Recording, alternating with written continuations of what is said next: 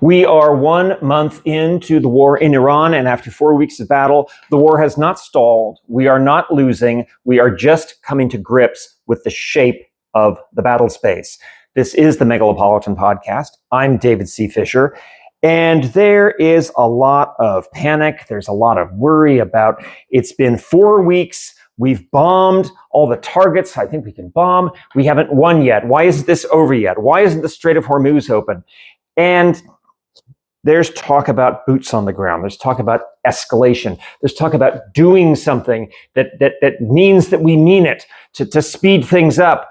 And yeah, it's all very ill-conceived. And there's talk about Karg Island. There's now talk about the 7 islands that are along the shore of southern Iran, right inside the Strait of Hormuz, and how they're going to be the non-floating battleships of Iranian resistance. Yeah, we'll see. So here's an update. Negotiations are underway, apparently. It's not clear that anybody is actually talking to one another. Donald Trump talks about talking with leaders in Iran. As far as anybody can tell, it's more or less negotiation by press release. The White House has issued a 15-point proposal for ending the war in Iran. And of course, it's everything that we want and nothing that they want. You've got to give up the nuclear threat. You've got to stop supporting proxies. You've got to It's every single thing that we want. And it's nothing that they want. So Iran responded with a 5-point plan, which is every single thing that they want. And they still get to have everything that they had before. And the U.S. has to pay reparations for the damage that it's done. All of this is nominally going through Pakistan as a mediator, but it's unclear who's talking to whom, and it's not clearly going anywhere. But it does give Donald Trump the ability to say things like, well, the negotiations are going well, so that ultimatum, that 48-hour ultimatum, I can extend it to 5 days. Well, the negotiations seem to be going okay, so we'll extend it to 10 days. And the more you extend any ultimatum, the more the air war continues to go on, the more the Strait of Hormuz can be addressed. Time going by, you got to believe it, folks, it's on our side. The Iranians are not winning because they're surviving. They're surviving, but they are, the regime, slowly dying. And that's the goal we have to pursue. The air war is working, and it is degrading everything that makes Iran dangerous. The initial major expensive targets have been neutralized, which is why American fighter planes are able to fly with impunity throughout Iran. The air defense is down. A lot of the missile defense is down. A lot of the drone capability is down, but they're still able to fire things. They did fire a missile to a U.S. airbase in Saudi Arabia and injured some soldiers today. They do have capability. It still remains. That does not mean we're losing. That means we're not winning as fast as some people wanted us to, which is, unrealistic. The Strait of Hormuz is a problem. It's a reality. And what the Iranians are doing now is they haven't simply closed it, which they are able to do merely with a harassment campaign. As we discussed, the Iranians don't have to sink a lot of tankers. They don't have to do a lot of damage. They just have to create a war zone in the Strait of Hormuz. Missiles, drones, explosive ships, set some fires, scare some crews, and the transit in the Strait of Hormuz becomes uninsurable. That's all Iran has to do. Not even that. All they have to do is threaten that, and ships will be concerned enough not to move. But Iran's taken it a step further. They've basically set up a toll booth in the Strait of Hormuz. So if you are Pakistan, India, some of the Southeast Asian countries, if you're like acceptable to Iran, you have the option of coordinating with the government of Tehran to transit the Strait of Hormuz, which means they won't attack you, but boy, you better believe you're going to pay. they've turned it into a control zone. So they control passage to the Strait of Hormuz. They didn't absolutely stop it. That won't last, but it's an assertion of control, and it's a way of the Iranian regime being able to say that we're kind of winning in a way. We're kind of still here. Yeah, we know that, but there was no reason to expect necessarily that after 4 weeks they'd be gone.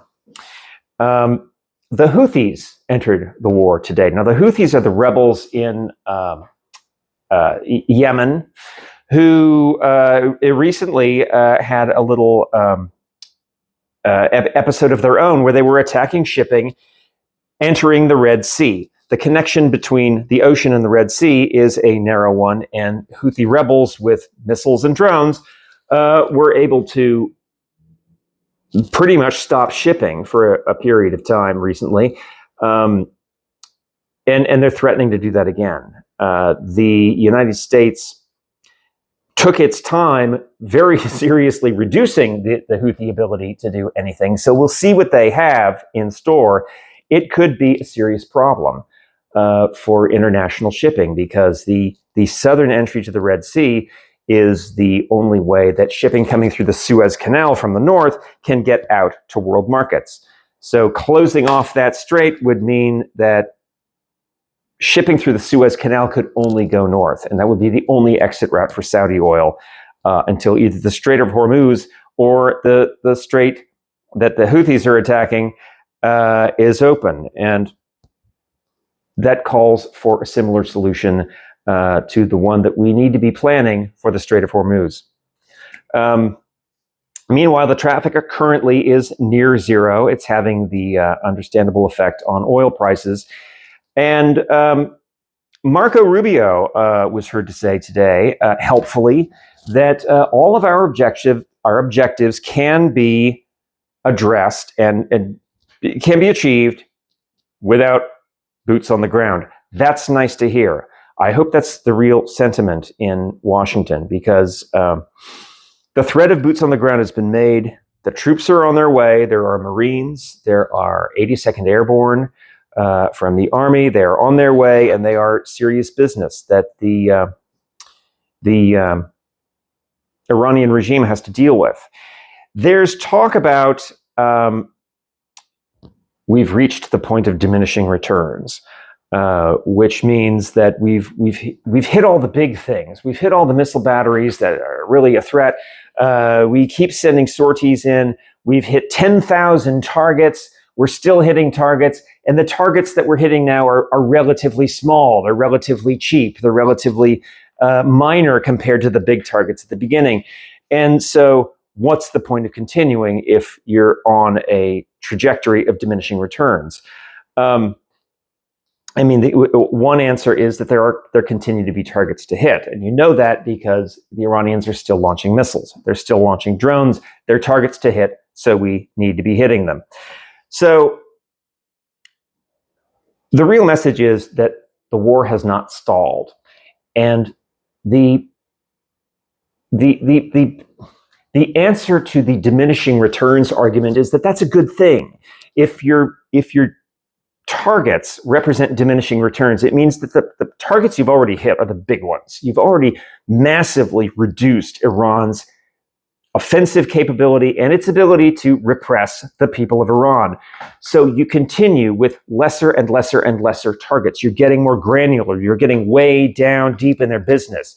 You're hitting the assets, the financial assets of the IRGC. You're hitting the communications nodes and the supply depots and the equipment yards and the things that they need on a day-to-day basis.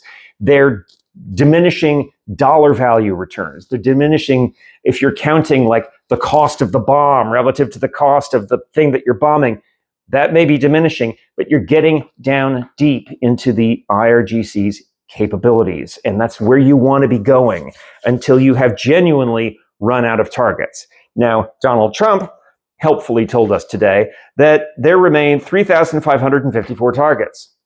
I don't know where he got that number. I don't know if that number is accurate at all or not. But hey, it's an indication that we've hit 10,000 or so far. We got plenty to go.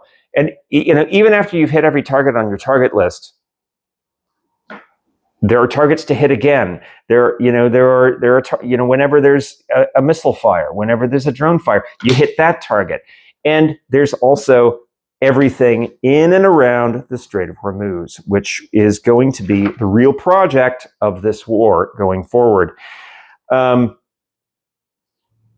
So the war has not stalled. The war is 4 weeks old, and if Donald Trump really thought that he meant it when he said, we're going to be all done with this in 4 to 6 weeks, and he's feeling that, okay, we're at 4 weeks now, so we've got to do something. Well, no, we don't have to do something different. You had false expectations. And if there's impatience, if there's worry, if there's concern that this should be over by now, that's not because the war isn't going well. It's going very well. It's because you had unrealistic expectations. And, it's time to come clean about that and just make it plain that we are going to be there and we are going to hit the targets that we need to hit, and we're going to secure the areas that we need to secure for as long as that takes, because it's achievable and it's necessary. Now,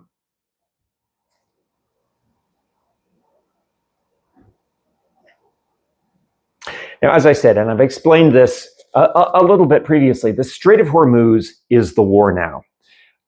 The Iranians continue to fire missiles at Saudi Arabia, Qatar, Oman, the Gulf states, and that's serious business that the air war needs to address.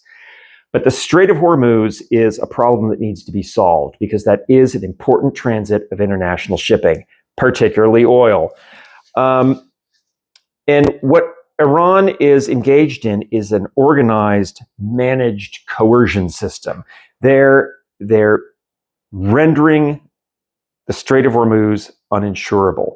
And these islands that are in the Strait of Hormuz are they're right along the shore of Iran, inside the Strait of Hormuz. And because the depth of the water is deepest as you get near those islands are being characterized as, well, if we don't take those islands with boots on the ground, they're going to be able to use them as platforms for attacking shipping. And they can, and they're going to do that. The essential problem is that putting boots on the ground doesn't solve that. Setting up an air defense system, a no-fly zone, basically, is what does. There are on those islands, as there are in the mainland of Iran, missiles, drones, mines, and floating, bomb ships, either remote controlled or piloted by humans, that can harass and attack and damage international shipping. And that's all you need to do. This is a problem of asymmetric warfare. What Iran has to do is inexpensive, not difficult to achieve, and they can hide, the assets all over, and it's in their territory. What we have to do is overcome that layered offense with a layered defense, and this is not new in warfare, not in concept or in technological application. In concept, it's quite similar to the Atlantic campaign in World War II. Prior to and then after the American entry into World War II, so 1939, 40, 41, 42, there was a serious problem getting shipping from the United States to the warring parties in Europe, to Britain and France in Europe. And the United States was a neutral country, and then it entered the war, and it was a combatant. But shipping going across the Atlantic was subject to German U-boats. Germans had perfected the attack submarine, and they had perfected these tactics of the wolf pack, where multiple submarines would gang up on a ship at sea and sink it. And during this period, there were hundreds of ships at sea, and they were crossing the Atlantic, delivering supplies and troops to, the Allies in Europe. And the Germans had alarming success in sinking the ships at sea. And there was no choice but to face that problem, that asymmetric problem of how much damage one little German submarine could do to these giant ships and multiple of them crossing the Atlantic Ocean. The first innovation they came up with was the convoy, because if you had 50 ships together crossing the Atlantic instead of 50 ships sort of everywhere, it was a lot harder to find. German submarines could patrol the ocean and they could find individual ships, but if you had a convoy being crossing together, it would be a lot harder to find a convoy, and you could escort a convoy with naval escorts, which were effective against German submarines because they had to surface to fire their torpedoes. Later, they added, air reconnaissance and air, attack capability. And it gradually turned from simply getting enough supplies across to keep the war going to actually sinking and eliminating the subs. The main point is it wasn't a perfect solution. It didn't absolutely sink every German sub. It didn't absolutely save every single ship. But it kept the war going. It solved the problem that the asymmetric war was causing. Same thing in the Gulf of Hormuz. You don't have to solve every single problem. You don't have to interdict every missile and drone before it's fired on the ground. But in a layered approach, you can solve the problem of insurability in the Gulf of Hormuz. A better example, more modern, more technological, were the no-fly zones in Iraq following the war in the Persian Gulf in 1991. No-fly zones were set up in the south to protect the insurgent Shiite rebels, and in the north to protect the Kurds. Saddam Hussein would attack them with low-flying aircraft and helicopters, and American and Allied patrol planes had cordoned off areas that were designated no-fly zones. Anything that was launched, anything that was flown by the regime in those zones was detected, tracked, and shot down. And that was a layered, intelligence-based, multifaceted effort. And it worked for 12 years. And that was 35 years ago. The technology is far more advanced now, far better coordinated. It's a matter of setting up a layered system that is fitted to the challenge in the Strait of Hormuz.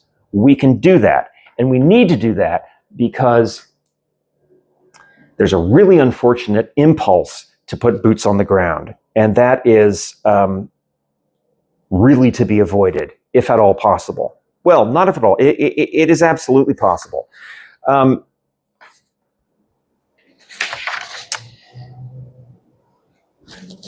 The answer is not, it's not an escalation. It's not boots on the ground. The answer is a system. And that system has to work for as long as this regime exists in Iran. Now, the ultimate goal of the war is to replace the regime. We should all just admit that. It's what the air war is doing, and it is achievable. Whether or not the splits that are required happen is unknown. But what we're looking for is fractures within the IRGC that bring down the regime from internal disunity, a split of the army, the Artesh, from the IRGC, or a rising up of the people to overthrow the IRGC. There are 93 million people, and they don't like this regime, and it is weaker than it's ever been before. Which is why the air war, continuing to weaken, even hitting targets that are of diminishing returns, is necessary and should continue for as long as that takes.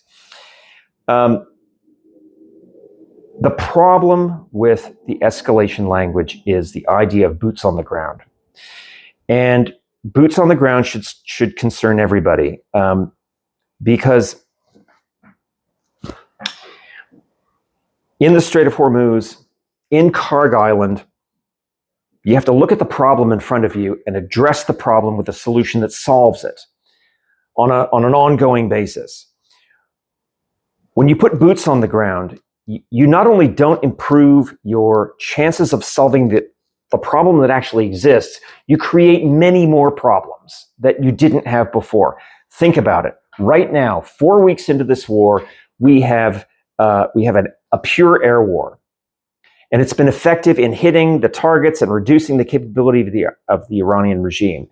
And these planes, these missiles that we're using, they come in from hundreds of miles away. The Iranian regime is capable of responding, but it has only succeeded in killing exactly 7 Americans in a month of combat. Now, if you put boots on the ground, you're changing the equation completely. You've got bodies in the battle space. They immediately become targets. Not only for missiles and drones coming from the mainland to these islands where they're going to be landing, but from the islands themselves. Once you have boots on the ground, the idea is these soldiers they'll root out the launch points of the drones and the missiles and the mines and the attack boats. But the minute they land on the ground, they've got a million other problems. There are towns, there are people, there are populations that have to be secured. Is this person a threat? Is that person a threat? There will be booby traps. There will be IEDs. There will be ambushes. You put boots on the ground, you have to create a perimeter. You have to create a defensive area that you control. You have to defend that perimeter. There will be forces resisting you, and it'll be bodies against bodies. Yes, we'll probably have better weapons than they do. We'll probably have better tactics than we do. We'll have air support and so on. But on the ground, it'll be bodies against bodies, and the body count will rise. We will lose men if we put boots on the ground. Then you've got a ticker. You've got, for a month, we've had 7 deaths by Iranian attack. 7. Now, there were 6 who died in the air refueling tanker. That was a plane crash. That was a mechanical error. That was not enemy fire. 7 deaths are attributable to everything that Iran could do up to this point in the war. You put boots on the ground, you're giving them targets to hit, and they're going to be distracted. They're going to have a million things to do and defend themselves from, in addition to what you put them there for, finding the missiles and the drones and the mines and the air and the watercraft. It's not a good idea, and it's not necessary, and it's not enduring. If you set up the modern version of the no-fly zone, which we did in Iraq, to address the missiles and the drones and the mining ships and the attack vessels, and you clear the straits of other watercraft. You don't want fishing boats and private craft to be in the crossfire. So you just announce it. You close the strait. Anything on the water in the Strait of Hormuz that is not a tanker or a commercial, it will be destroyed. It'll be considered an enemy object, and it'll be destroyed.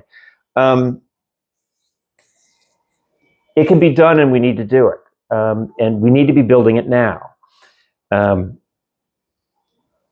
ISR, intelligence, surveillance, reconnaissance, satellites in space, drone surveillance, fighter aircraft patrol, interceptor missiles, escorts for the tankers, and the Fifth Fleet has developed mine detection equipment, undersea sonar, mine detection equipment, demining, attacking the mined dropping ships. This is all doable. It's a no-fly zone. I think of it as Operation Safe Passage, and it's something that can be built, and it can and should endure for as long as the Iranian regime lasts. Now, the Iranian regime needs not to last because there's also the issue of the nuclear material, which presumably, for all we know, is in the rubble of the sites that we bombed back in June, Natanz, Isfahan, and Fordo. Those were the principal nuclear development sites in Iran, and we bombed those sites. And we hope that the 60% enriched uranium that the Iranians have, some 1,000 pounds of it, is down in the rubble there. And if that's ever going to be retrieved, if any international body or the United States is going to dig through that rubble and retrieve that material, it's going to have to be with permission from a cooperative government, which this regime is never going to be. So whatever anyone says, if the nuclear issue is really the issue we care about, then the regime does have to change. Now, there's a phenomenon at work here that's been true for hundreds of years, and it's certainly been true in American history. And it's the reason that people are talking about boots on the ground when they really shouldn't. And that is that whenever a war breaks out, you've got a class of generals who are in charge of that war. And they're looking at the war in the mindset that they've developed in their career. And that's an asset because they're experienced and they're trained and they've been to the academy, and they in many ways know what to do. But in many other ways, because the generals of this war were the lieutenants of the last war, when they learned their operational doctrine and they served under the generals at that time, and they learned the lessons of that war, they bring those doctrines to a war that has passed them by technologically. This has happened over and over in American history. The Civil War was horrible in terms of battlefield deaths. There would be thousands and thousands of deaths in battles in the Civil War. And the reason is because they were using industrial age warfighting equipment. They had guns, they had artillery, they had bombs that did massive damage to large numbers of people. But the doctrine, the battlefield doctrine that the generals had learned at West Point were from Napoleon's day, 40 years earlier, when you had flintlock rifles. And in order to mass your fire, you had to mass your men. And they were still doing that when they had Henry repeating rifles. It was just butchery in battle after battle after battle. And a lot of generals never learned the lesson. The imperial powers that went to war in World War I, again, massive casualties because they went into that war with the battle mindset of the colonial wars of the 1880s and the 1890s, when they were fighting in Africa, and the great charge with the bayonets glinting in the sun that carried the day in Kenya, but in Verdun and the Somme, they got mowed down by machine guns. The technology had changed, the battlefield doctrine hadn't. Same problem in World War II. The Allies at the beginning were fighting World War I. The Germans had invented World War II, Blitzkrieg, and that's why the Germans kept winning everywhere. They were fighting the technological war of the day, while the British and the French, and at the very beginning, the Americans were still fighting World War I. I hear commentary that just says that the Strait of Hormuz is this intractable problem. It can only be solved by boots on the ground. That is 30, 40-year-old thinking. There is a feeling among military people that you don't control a space unless you have men standing on it, facing, the enemy and the ground, and like touching the assets. That's completely, in this situation, that's completely not necessary. It creates a new, different war where we don't have the advantages, the huge advantages that we have with the air war. Everything that needs to be done to secure the Strait of Hormuz can be done, and I hope it will be done with airborne surveillance, airborne tracking, interdiction before launch of missiles and drones, interception after launch, mine clearing. It's all doable. And as long as this regime exists, it has to be done, and not with boots on the ground.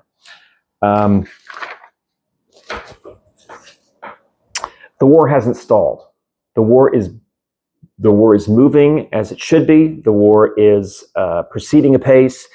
But the talk of boots on the ground and escalation is misguided. And I do hope I won't be here in the weeks to come talking to you about the challenges that the boots on the ground are meeting, because they will be new, different, serious, unnecessary challenges. Not because our infantry and our Marines aren't capable, they are. But when you turn your supreme advantages in an air war into equivalences on the ground, and not only equivalences, but if you have boots on the ground and they have missiles on the other side of the strait that they can attack you with, you're giving up everything that makes you a master of the battle space. So we have the shape of the battlefield now. The air war continues to reduce, even to the granular level, everything that the IRGC is able to do, while securing the Strait of Hormuz with a layered, technologically advanced defensive shield so that international shipping can move through the Strait of Hormuz.